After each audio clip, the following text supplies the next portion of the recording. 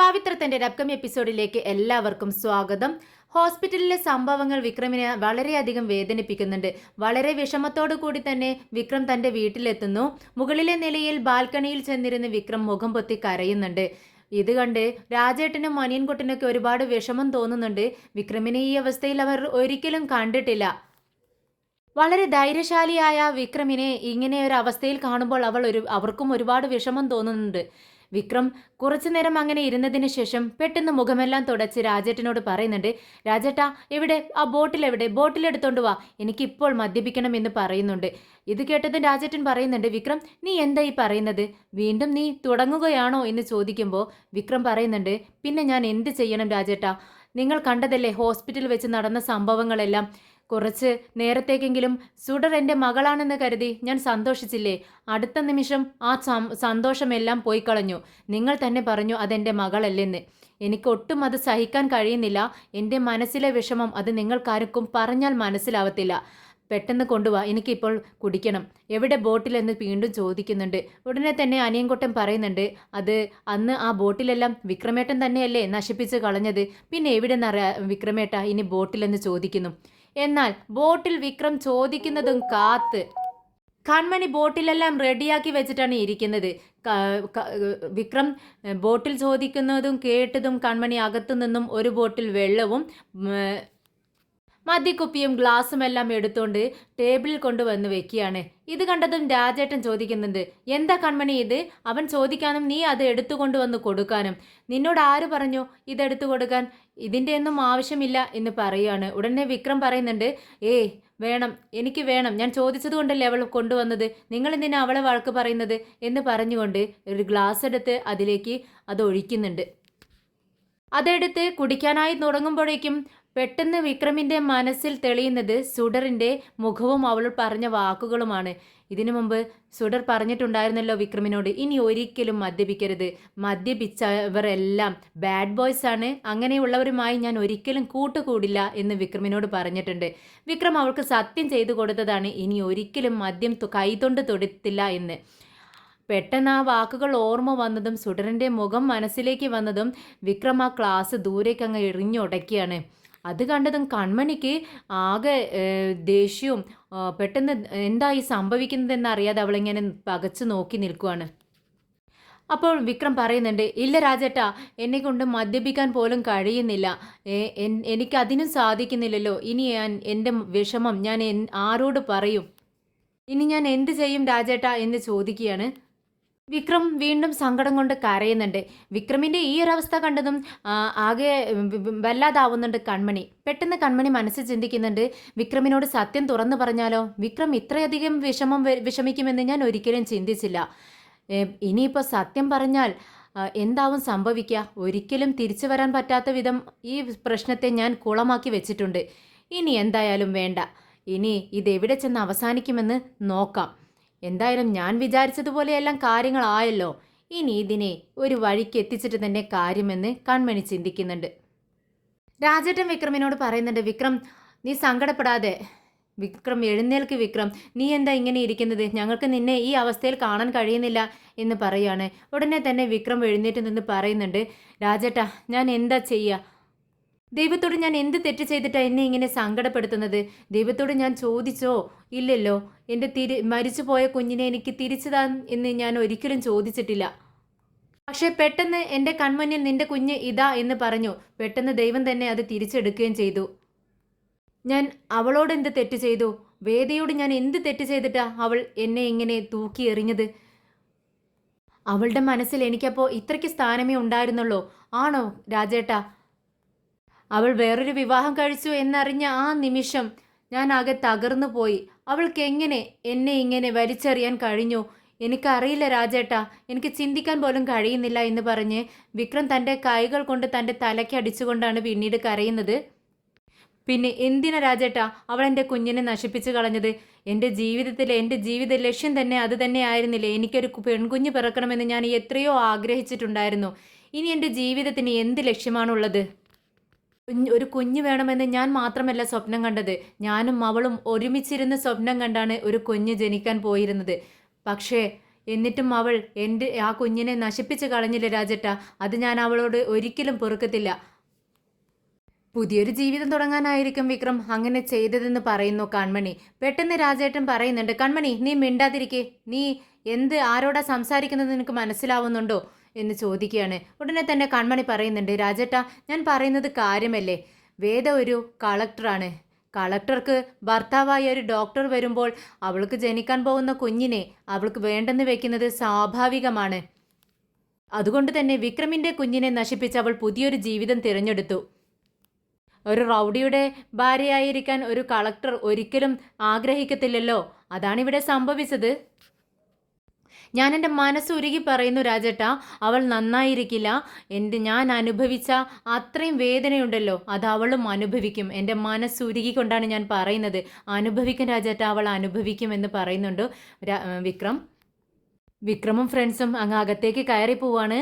എന്നാൽ വിക്രമിൻ്റെ ഈ ഭാവവും വിക്രമിൻ്റെ ഈ ദേഷ്യം, വേദയോടുള്ള ഈ രോഷവും ഒക്കെ കണ്ടിട്ട് കൺമണി ഇങ്ങനെ ചിരിച്ചുകൊണ്ട് നിൽക്കുവാണ്. അരുൺ പെട്ടെന്ന് തന്നെ സുഡറിന് വേണ്ടിയുള്ള ഒരു സ്പെഷ്യൽ മരുന്ന് പുറത്തുനിന്നും വരുത്തിക്കുന്നു. എത്രയും പെട്ടെന്ന് തന്നെ അത് സുഡറിൻ്റെ ശരീരത്തിൽ ഇഞ്ചക്ട് ചെയ്യുന്നുണ്ട്. കുറച്ചു നേരം അവർ വെയിറ്റ് ചെയ്യുവാണ് സുഡറിൻ്റെ കണ്ണ് തുറക്കാനും സുഡർ സംസാരിക്കാനും ഒക്കെ. പെട്ടെന്ന് തരുൺ അകത്തു നിന്നും വരുന്നുണ്ട്, ICUവിൽ നിന്നും. ഉടനെ തന്നെ വേദ പെട്ടെന്ന് അകത്തേക്ക് ചെല്ലുകയാണ് തരുണിൻ്റെ അടുത്തേക്ക്. തരുണിനോട് ചോദിക്കുന്നുണ്ട്, എങ്ങനെയുണ്ട് സുഡർ, കണ്ണു തുറന്നോ? പറ, എനിക്ക് അറിയാനായി, ഒരുപാട് ആകാംക്ഷയുണ്ട്, പറ തരുൺ, സുഡറിന് എങ്ങനെയുണ്ടെന്ന് ചോദിക്കുന്നു. ടെൻഷൻ അടിക്കാതെ വേദേ, മോൾക്ക് കുറച്ച് ഇമ്പ്രൂവ്മെൻ്റ് ഉണ്ട്. അവൾ കൺപിരികങ്ങളെല്ലാം ഇളക്കാൻ തുടങ്ങി, കൈവിരലുകൾക്ക് ചെറിയ ചലനങ്ങൾ തുടങ്ങിയിട്ടുണ്ട്. എത്രയും പെട്ടെന്ന് തന്നെ മോള് കണ്ണ് തുറക്കുകയും സംസാരിച്ച് തുടങ്ങുമെന്നാണ് ഞങ്ങൾ പ്രതീക്ഷിക്കുന്നത്. നീ പെട്ടെന്ന് അകത്തേക്ക് ചെല്ലണം. മോളുടെ സമയത്ത് ഏത് സമയം മോളുടെ അടുത്ത് തന്നെ ഇരിക്കണം. മോളോട് ഇങ്ങനെ സംസാരിച്ചു കൊണ്ടേയിരിക്കണം. നീ അവളുടെ അമ്മയല്ലേ, അപ്പോൾ അവൾ പ്രതികരിക്കും. പെട്ടെന്ന് തന്നെ പ്രതികരിക്കാനുള്ള ചാൻസ് ഉണ്ടെന്ന് പറയുന്നു. ഉടനെ ശങ്കരനാരായണൻ ചോദിക്കുന്നുണ്ട്, ഞങ്ങൾ കൂടി വേദയോടൊപ്പം അകത്തേക്ക് ചെല്ലട്ടെ മോളുടെ അടുത്തേക്ക് എന്ന് ചോദിക്കുമ്പോൾ തരുൺ പറയുന്നുണ്ട്, വേണ്ട സർ, അത് വേണ്ട, വേദ ചെല്ലട്ടെ. വേദ അവളുടെ അമ്മയല്ലേ, അമ്മ അടുത്തുണ്ടായിരിക്കുന്നത് അവൾക്ക് ഒരുപാട് ആശ്വാസമായിരിക്കും. അമ്മ സംസാരിച്ചുകൊണ്ടിരിക്കുമ്പോൾ കുട്ടികൾ പെട്ടെന്ന് പ്രതികരിക്കാൻ ശ്രമിക്കും. അതുകൊണ്ടാണ് ഞങ്ങളിപ്പോൾ വേദയെ അകത്തേക്ക് കടത്തിവിടുന്നത്. വേദ മോളുടെ അടുത്തേക്ക് ചെല്ലുന്നുണ്ട്. സുഡറിനോട് സംസാരിച്ചുകൊണ്ടിരിക്കുകയാണ് വേദ. മോളെ സുഡർ, ഞാൻ നിനക്ക് വേണ്ടിയല്ലേ ജീവിക്കുന്നത്. എല്ലാവരും എന്നെ ചതിച്ചു. ഞാൻ ഒരേ ഒരു പ്രതീക്ഷയോട് കൂടിയാണ് ഇത്രയും കാലം ജീവിച്ചത്. നീയാണ് എൻ്റെ പ്രതീക്ഷ. അത് നിനക്കും അറിയാവുന്നതല്ലേ. മോളെ കണ്ണ് തുറക്കടാ, അമ്മയെ നോക്ക്. മോളെ സുഡർ, നിന്റെ അച്ഛനാണ് എൻ്റെ ജീവനും ജീവിതവും എന്ന് വിചാരിച്ചുകൊണ്ടാണ് ഞാൻ ജീവിച്ചിരുന്നത്. പക്ഷേ അവൻ എന്നെ ചതിച്ചു. അവൻ എന്നോട് ദ്രോഹം ചെയ്ത് നിന്നെയും എന്നെയും നടുത്തെരുവിൽ എറിഞ്ഞുകൊണ്ടാണ് അവൻ പോയത്. അന്ന് നീ എൻ്റെ വയറ്റിലില്ലായിരുന്നു എങ്കിൽ ഞാൻ എന്നോ മരിച്ചേനെ. നീ ഉള്ളതുകൊണ്ട് മാത്രമാണ് ഞാൻ ജീവിച്ചത്. എൻ്റെ അവസാന പ്രതീക്ഷ എന്ന് പറയുന്നത് നീയാണ് മോളെ. നീ കണ്ണ് തുറക്കണം, എങ്കിൽ മാത്രമേ ഈ അമ്മയ്ക്ക് ആശ്വാസമാകൂ എന്നിങ്ങനെ കരഞ്ഞുകൊണ്ട് പറയുകയാണ്. കണ്ണടച്ച് കരയുന്നതിനിടയിൽ വേദയുടെ കണ്ണുനീര് മോളുടെ കൈകളിലേക്ക് ഇങ്ങനെ ഒറ്റിറ്റായി വീഴുന്നുണ്ട്. പെട്ടെന്ന് സുഡറിൻ്റെ കൈവിരലുകളും കൈകളൊക്കെ ഇങ്ങനെ അനങ്ങുന്നുണ്ട്.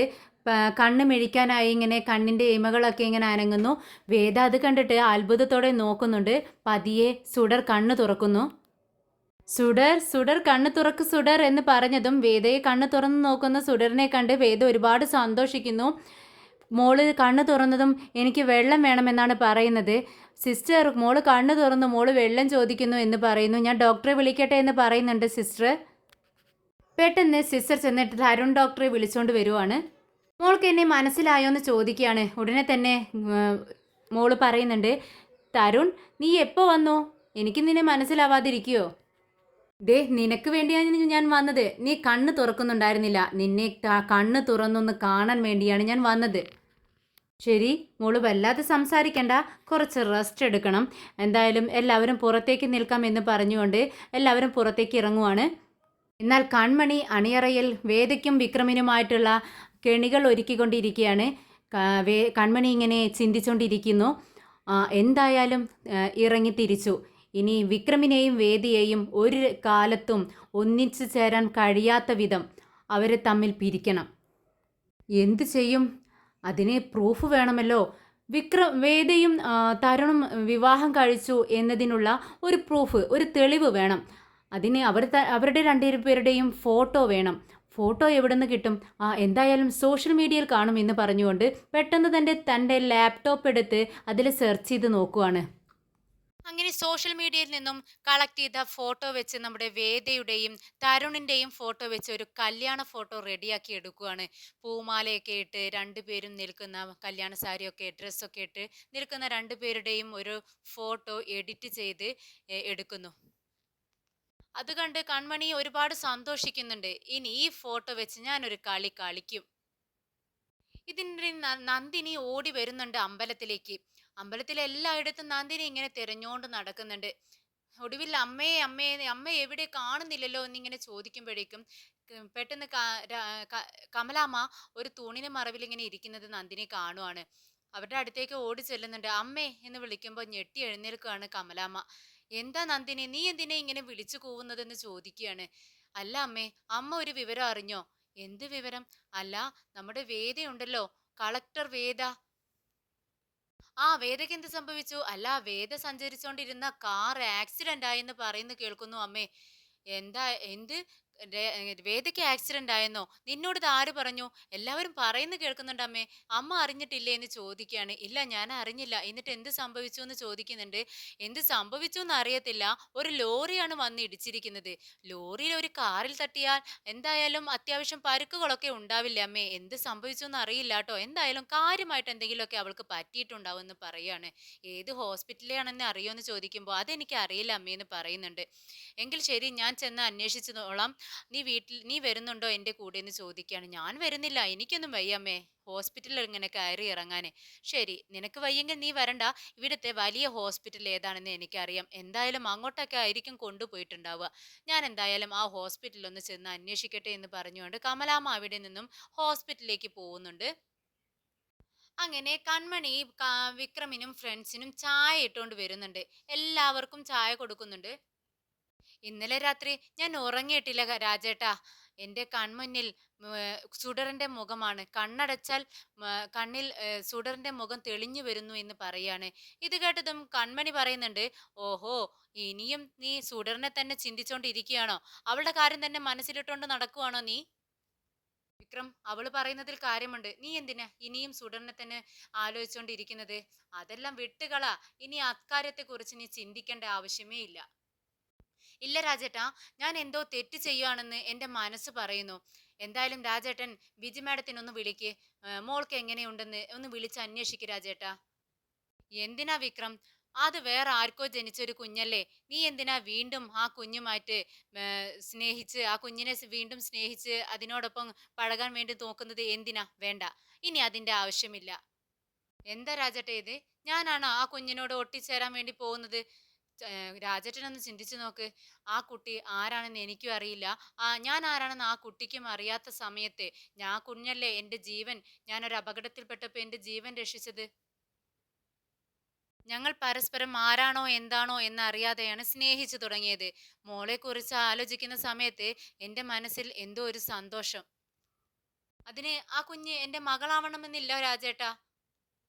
ഇല്ല വിക്രം, നീ ഇത്രയും നേരം എത്രത്തോളം വിഷമം സഹിച്ചാണ് ഇരുന്നിരുന്നതെന്ന് ഞങ്ങൾക്കറിയാം. ഇന്നലെ മുഴുവൻ നീ കരയുമായിരുന്നില്ലേ? ഇനി വീണ്ടും അതിലേക്ക് തന്നെ നിന്നെ തള്ളിയിടാൻ ഞങ്ങൾ ഒട്ടും ആഗ്രഹിക്കുന്നില്ല. ഇനി നീ ആ വിഷയം വിട്ടേക്ക്. ഇനി നീ ആ കുഞ്ഞിന്റെ പിറകെ പോകേണ്ട ആവശ്യമില്ല വിക്രം. അത് നിന്നെ പിന്നെയും പിന്നെയും വേദനിപ്പിക്കത്തേ ഉള്ളൂ. രാജേട്ടൻ പറഞ്ഞത് ശരിയാ. ഇന്നലെ ഞാൻ ഒരുപാട് വിഷമിച്ച സമയമായിരുന്നു. അതുകൊണ്ട് ഞാനൊരു ഭ്രാന്തനെ പോലെയായിരുന്നു. അതുകൊണ്ട് ചുറ്റും നടക്കുന്ന കാര്യങ്ങളൊന്നും എനിക്ക് തിരിച്ചറിയാൻ കഴിഞ്ഞിരുന്നില്ല. ഞാൻ ആരോടെങ്കിലും ഉള്ള ദേഷ്യം എന്തിനാണ് മോളോട് തീർക്കുന്നത്? അത് ഞാനും മോളും തമ്മിലുള്ള സ്നേഹത്തിന് ഒരിക്കലും ഒരു തടസ്സമാവില്ല. പെട്ടെന്ന് കൺമണി ആകെ പേടിക്കുന്നുണ്ട്. വിക്രം വീണ്ടും സുഡറിന്റെ അടുത്തേക്ക് പോയാൽ തന്റെ പദ്ധതികളെല്ലാം പൊളിയുമല്ലോ എന്ന് കൺമണിക്ക് മനസ്സിലായി. അയ്യോ, ഇനിയിപ്പോ എന്തു ചെയ്യും? വിക്രം വീണ്ടും സുഡറിന്റെ അടുത്തേക്ക് ചെന്നാൽ ഏതെങ്കിലും ഒരു നിമിഷത്തിൽ വിക്രം ആ സത്യം മനസ്സിലാക്കും. സുഡർ തന്റെ സ്വന്തം മകളാണെന്നുള്ള സത്യം. അതൊരിക്കലും അങ്ങനെ തിരിച്ചറിയാൻ പാടില്ല.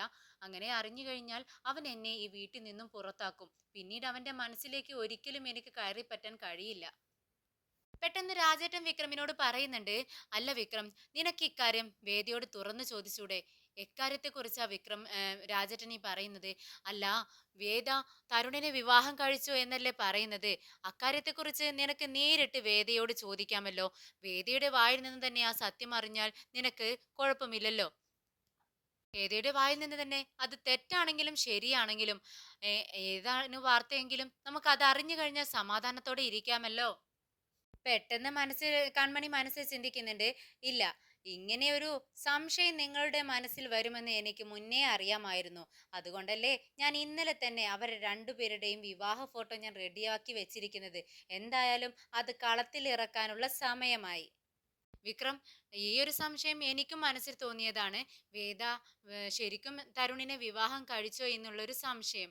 ഇത് കേട്ടിട്ട് രാജേട്ടൻ പറയുന്നുണ്ട്, ആഹാ, നിനക്ക് അങ്ങനെ ഒരു സംശയം തോന്നിയിരുന്നു എങ്കിൽ ഇന്നലെ തന്നെ ഹോസ്പിറ്റലിൽ വെച്ച് പറയാമായിരുന്നില്ലേ? അന്നേരം തന്നെ നമുക്ക് വേദയുടെ കാര്യത്തെക്കുറിച്ച് ചോദിക്കാമായിരുന്നല്ലോ. ഞാൻ വേദയോട് ചോദിച്ചില്ല, പക്ഷേ ഞാൻ വിജി മാഡത്തിനോട് ചോദിച്ചു. അപ്പോൾ അവർ തമ്മിലുള്ള വിവാഹം കഴിഞ്ഞതിന്റെ ഒരു ഫോട്ടോ എനിക്ക് അയച്ചു തന്നു. ഇത് കേട്ടതും ഞെട്ടുന്നുണ്ട് വിക്രം. വളരെ ഞെട്ടലോട് കൂടി കൺമണി എങ്ങനെ നോക്കുവാണ്. ഉടനെ രാജേട്ടൻ ചോദിക്കുന്നുണ്ട്, വിവാഹത്തിൽ ഒരു ഫോട്ടോയോ? അതിന് എന്ത് ഫോട്ടോയാ നീ ഈ പറയുന്നത്? ഇത് കേട്ടതും കൺമണി തന്റെ കയ്യിലുണ്ടായിരുന്ന ഫോൺ എടുത്ത് അതിൽ താൻ എഡിറ്റ് ചെയ്തു വെച്ച ഫോട്ടോ എടുത്ത് വിക്രമിനും ഫ്രണ്ട്സിനും കാണിച്ചു കൊടുക്കുന്നുണ്ട്. ആദ്യം രാജേട്ടനാണ് നോക്കുന്നത്. അതിൽ വേദിയും തരുണും പൂമാലയിട്ട് മണവാളനും മണവാട്ടിയുമായി നിൽക്കുന്ന ഫോട്ടോയാണ് കാണുന്നത്. ആകെ നമ്മുടെ രാജേട്ടന് തന്നെ വിഷമമാവുന്നുണ്ട്. പെട്ടെന്ന് വിക്രമിന് അത് കാണിച്ചു കൊടുക്കുവാണ്. വിക്രം ഒന്നേ നോക്കിയുള്ളൂ. പെട്ടെന്ന് തലയങ്ങ് തിരിക്കുന്നുണ്ട്. കണ്ണുകൾ ഇറുക്കെ ചിമ്മി പെട്ടെന്ന് മുഖം തിരിക്കുന്നു. തരുൺ മോളെ ചെക്കപ്പ് ചെയ്തോണ്ട് ഇരിക്കുവാണ്. ഉടനെ വേദ ചോദിക്കുന്നുണ്ട്, തരുൺ എങ്ങനെയുണ്ട് മോൾക്ക്? ഇല്ല, ഇപ്പൊ മോൾക്ക് ഒരു പ്രശ്നവും ഇല്ല എന്ന് പറയുന്നുണ്ട്. എങ്കിൽ നമുക്ക് ഡിസ്ചാർജ് ആയി വീട്ടിൽ പോവാനുള്ള ടൈം ആയോ എന്ന് ചോദിക്കുകയാണ്. ഏയ്, തിരക്ക് കൂട്ടരുത്, 2 ദിവസം കൂടി കഴിയട്ടെ. എന്താ മോളെ എന്ന് ചോദിക്കുമ്പോ മോള് പറയുന്നുണ്ട്, ആ, ഞാൻ ഓക്കെയാണ് തരുൺ. പക്ഷേ ഞാനിവിടെ കിടക്കണമെങ്കിൽ ഒരു ഫോൺ എനിക്ക് വേണം. വീഡിയോ ഗെയിം കളിക്കാനാ. എങ്കിൽ ഒരു 4 ദിവസം കൂടി ഞാൻ ഇവിടെ കിടന്നോളാം. എങ്ങനെ, ഓക്കെ ആണോ തരുൺ എന്ന് ചോദിക്കുകയാണ്. ഇതോടെ വേദ പറയുന്നുണ്ട്, ദേ, മിണ്ടാതിരുന്നോണം, നിനക്ക് എന്റെ കയ്യിൽ നിന്നും അടി കിട്ടും കേട്ടോ. ഇത് കണ്ടോ തരുൺ, ഈ ഹോസ്പിറ്റലിൽ വെച്ചും എന്നെ അടിക്കുമെന്നാ വേദ പറയുന്നത്. ഉടനെ തന്നെ തരുൺ പറയുന്നുണ്ട്, ദേ മോളെ, വീഡിയോ ഗെയിം ഒന്നും കളിക്കാൻ പറ്റത്തില്ല. പക്ഷേ ദേ കണ്ടോ, ആ TV കണ്ടില്ലേ, അതിൽ ഞാൻ നിനക്ക് ചിൽഡ്രൻസ് പ്രോഗ്രാം ഇട്ടുതരാം. അപ്പോ ഓക്കെ ആണോ എന്ന് ചോദിക്കുകയാണ്. ശരി, ഓക്കെ ആണെന്ന് പറഞ്ഞ് മോള് ചിരിക്കുന്നുണ്ട്. പിന്നീട് ശങ്കരനാരായണൻ ചോദിക്കുന്നുണ്ട്, ഇപ്പോൾ മോൾക്ക് എങ്ങനെയുണ്ട്? പോവാറായിട്ടില്ലെന്ന് പറയുന്നു, എന്തുകൊണ്ടാണെന്ന് ചോദിക്കുകയാണ്. ഉടനെ തന്നെ തരുൺ പറയുന്നുണ്ട്, അത് മോൾ ഓക്കെ ആണെന്ന് പറയുന്നത് 90%. പക്ഷേ അതിലൊരു 10% അത് നോക്കാൻ വേണ്ടിയിട്ടാണ് ഞങ്ങൾ ഇവിടെ അഡ്മിറ്റ് ആക്കണം എന്ന് പറയുന്നത്. ഒരു 2 ദിവസം കൂടി മോൾ ഇവിടെ കിടക്കട്ടെ, അത് കഴിഞ്ഞ് നിങ്ങൾക്ക് ഡിസ്ചാർജ് ആയി പോവാമെന്ന് പറയുന്നുണ്ട്.